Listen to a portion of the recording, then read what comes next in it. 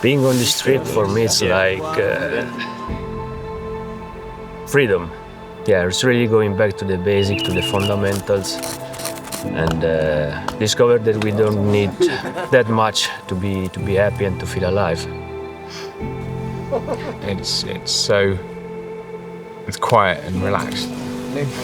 There's certainly time to just listen to nothing. Yeah. It's eye-opening to see how much you can get into one canoe and how much stuff you can take with you and get around, and it's just a beautiful way to see the country from a different angle from the water and seeing the forest, and it's just a really great, peaceful, tranquil, no-hurry way of getting around.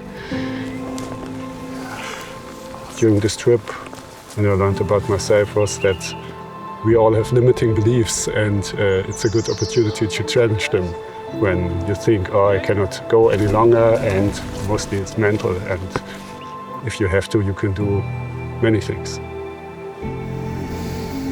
Being on this trip, it's reconnecting with yourself a bit more, reconnecting with nature a bit more and with people you've never met before.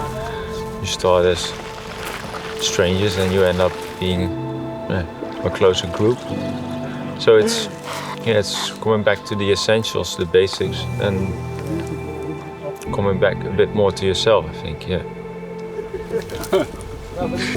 This is not what I've ever experienced so far. So that is, for me, it is one of the best things about Sweden. It's like being free. That's what I feel when I'm in Sweden.